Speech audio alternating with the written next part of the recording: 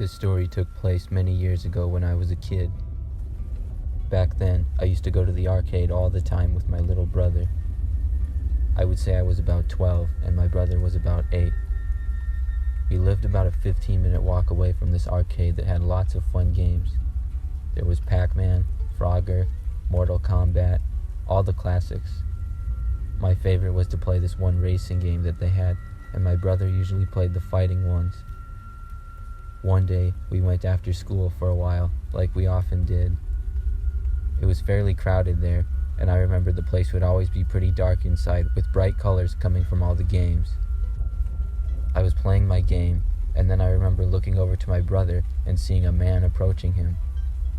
He looked like he wanted to talk with my brother. I walked over to him at the same time, because I needed more money for the games, and I was having him hold on to the money. As I approached my brother, I saw the man turn around and back off. Then he walked in another direction. I got some coins from my brother and then went back to my games. I did notice the man after that between my games. He didn't seem to be there with anyone, and he wasn't really playing the games. He was just kind of looking around. I was a little curious why he was approaching my brother earlier, so I was sure to keep a closer eye on my brother after that. We stayed at the arcade for about another hour, and then we decided it was time to go home. I got my brother, and then we left the arcade and started walking on the sidewalk that led back to our house. When we left the arcade though, I noticed that the man left as well. He was about 100 feet or so behind us. Our house was about maybe 10 blocks away from the arcade. We crossed the first street and walked down it for about 2 or 3 minutes before crossing another into our neighborhood. The whole time the man walked about 100 feet away from us. I told my brother to walk faster. He was clueless and didn't know why. I explained to him about the man at the arcade, and I felt like he was following us. My brother seemed a little concerned, and we picked up our pace a little bit. As we did, the man seemed to pick up his pace as well. We would look over our shoulders about once every minute or so.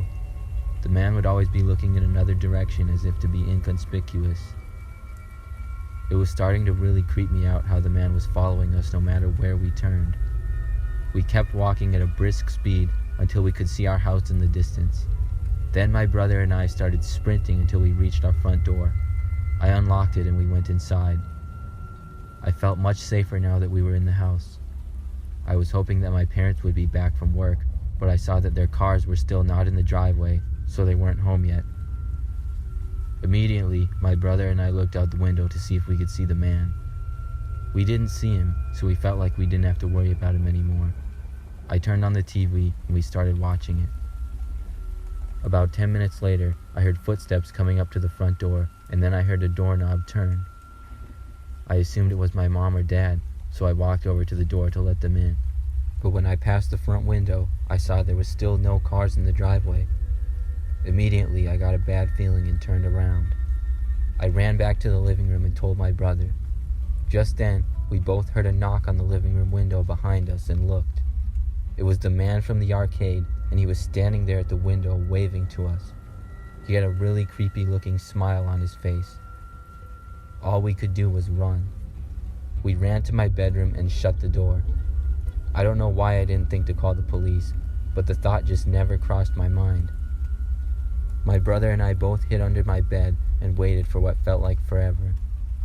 The man would start knocking on windows here and there. It really creeped us out. I was afraid he was going to break into the house.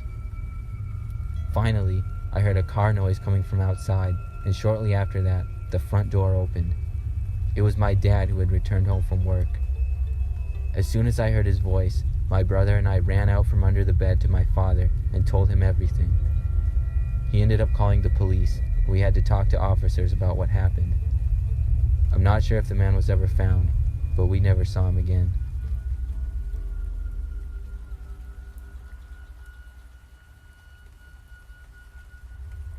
About 5 years ago, when I was a little younger, I went to our state fair with my parents. There was lots of attractions at the fair, but my favorite back then had to be the rides and the arcade. I remember they had this huge arcade at the back corner of the fairgrounds, and it had all the arcade games you would expect. One day when we were at the fair, I remember stopping by the arcade earlier in the day, and then we went back late at night right before we left. It was on our way back, and my parents saw something cool across the street from the arcade, so I went inside. By this time it was pretty late, and nobody else was really in the arcade at all. I went to my favorite game, which was the one where you shoot the basketballs and see how many points you can get in a minute. I played a few rounds of that, and then I decided to see if my parents were ready to leave yet. But as soon as I turned around, the machine behind me started making a bunch of noise. It was a game that had a screen, sort of like Pac-Man, but I hadn't heard of this one before. The lights on the machine were flashing, and all the sound effects were on. It didn't seem to be on when I got in there. Then I looked at the screen, which was blank, and out of nowhere it turned on. It started out as the game screen, but then the text changed, and it started flashing random words. I had no idea what was going on, so I just ran out of the arcade as fast as I could back to my parents.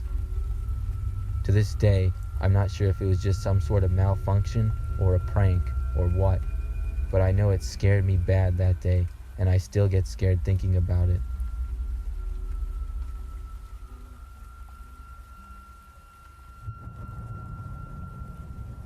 This story occurred when I was 8 years old. I remember it very well, even though it was 10 years ago now. I was at my friend Ben's birthday party. There was probably about 10 kids there. Me and Ben were not all that close of friends, but his party was at a local arcade, so I was more than excited to go. It was one of those arcades where you get tokens to play games, and if you win at the games, it gives you tickets. With your tickets, you can buy prizes from the arcade. I remember that we all got 20 tokens, and I was determined to get the most tickets of any kid. The arcade was pretty big, and we all spread out to find some games to play. I started off at this one game where you have to hit gophers as they come out of the ground. I got a lot of tickets at that, and then I played some other ones like the random spinning games. I was doing pretty good, and I felt like I had a decent amount of tickets. After a while, I decided to count my tickets to see exactly how many I had, so I went off to the side and started. As I was counting, a man approached me. I didn't recognize him as anyone that worked there or that was part of Ben's party. He said hi to me and smiled, and then he said that I had a lot of tickets. I told him, yeah, I'm counting them right now. Then the man told me that he comes to the arcade all the time because he likes to play the games, but he's too old for the prizes. Then he said that he had a bunch of tickets and he would give some to me. I was pretty excited to hear this, so I told the man that I would like to have them. He told me he had them in his car and said to follow him. I had heard of older people giving away their tickets to kids before. In fact, some teenager had given me their tickets only a few months prior, so I wasn't suspicious at all. I gladly walked with the man right out the front door and into the parking lot. We walked to the side where his car was parked. His car was an old beater, and the man unlocked it and opened the back door.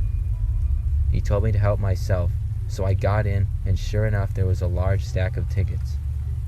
There had to be over 1,000, and they were all held together with rubber bands. As I was reaching for them, I heard the door slam shut behind me. I was confused at first, but then I got a terrible feeling. I saw the front door open and the man got in the driver's seat. Then he started the engine. Now I knew he wasn't just giving me free tickets. I started to get really scared, and the man started backing out. I tried to open the door, but it was locked, so as we were starting to drive away, I tried opening the window instead. The window started to roll down, and as it did, I saw a father with his son getting out of their car to go to the arcade. I made eye contact with them, and I waved and shouted help to them as loud as I could. As soon as the man driving saw that I had rolled down the window, he rolled it back up with his control and then locked it so I couldn't. But my cry for help seemed to be enough to raise concern from the father, because he started running and shouting at us. I think this made the man realize that he wouldn't be able to get away with it. First, he sped out of the parking lot and onto the street. I was very worried and felt like I had failed at my try to escape. But then, out of nowhere, the man pulled to the side of the road and told me to get out. He unlocked the door, and as soon as he did, I opened it and ran back. I sprinted all the way back to the arcade parking lot, and the man sped away. I saw the father and his son as soon as I got in the parking lot. He looked concerned, and I explained to him what had happened. I was returned to the party, but the police had to be called. It pretty much ended the birthday party, but everyone was glad that I was okay. The man ended up being caught a few days later.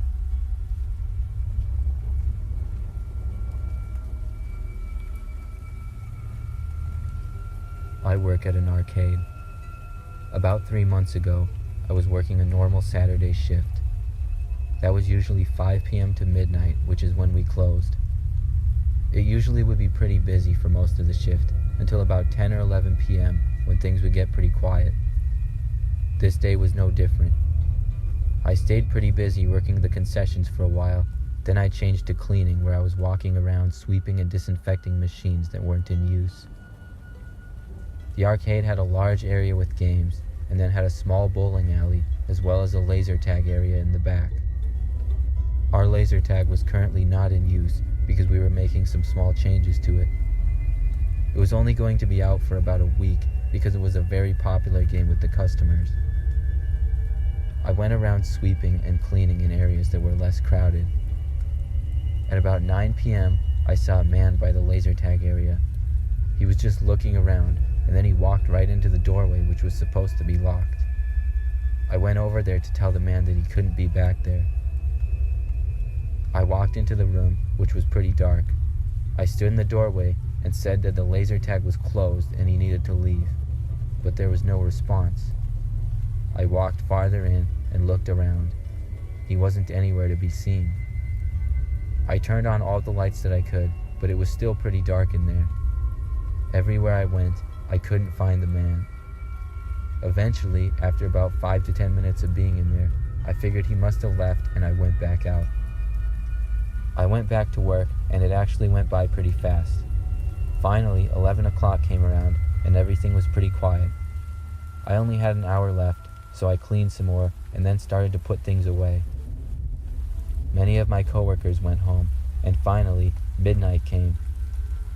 We started to close down, and by that time it was just me and Amanda, who was the manager. I went around the arcade for one last sweep of the floors, but when I got to the corner where the laser tag was, I froze. I saw the man from before, peeking out of the room. He had an angry look on his face. I wasn't sure what to do. I knew he had seen me. I decided to just tell him in a firm voice that we were closed and he needed to leave now. But instead, he ducked back into the laser tag room once again. I went back to tell Amanda. When I told her, she said she would come with me to talk to the man. We arrived once again at the laser tag area and went inside again. Amanda called out to the man. Once again, he was nowhere to be found. We looked everywhere, this time for about 30 minutes. After the laser tag area, we searched the whole building, but he was nowhere. Once again, we figured he somehow left, and we decided to go home. I don't know who that man was, but we never saw him again.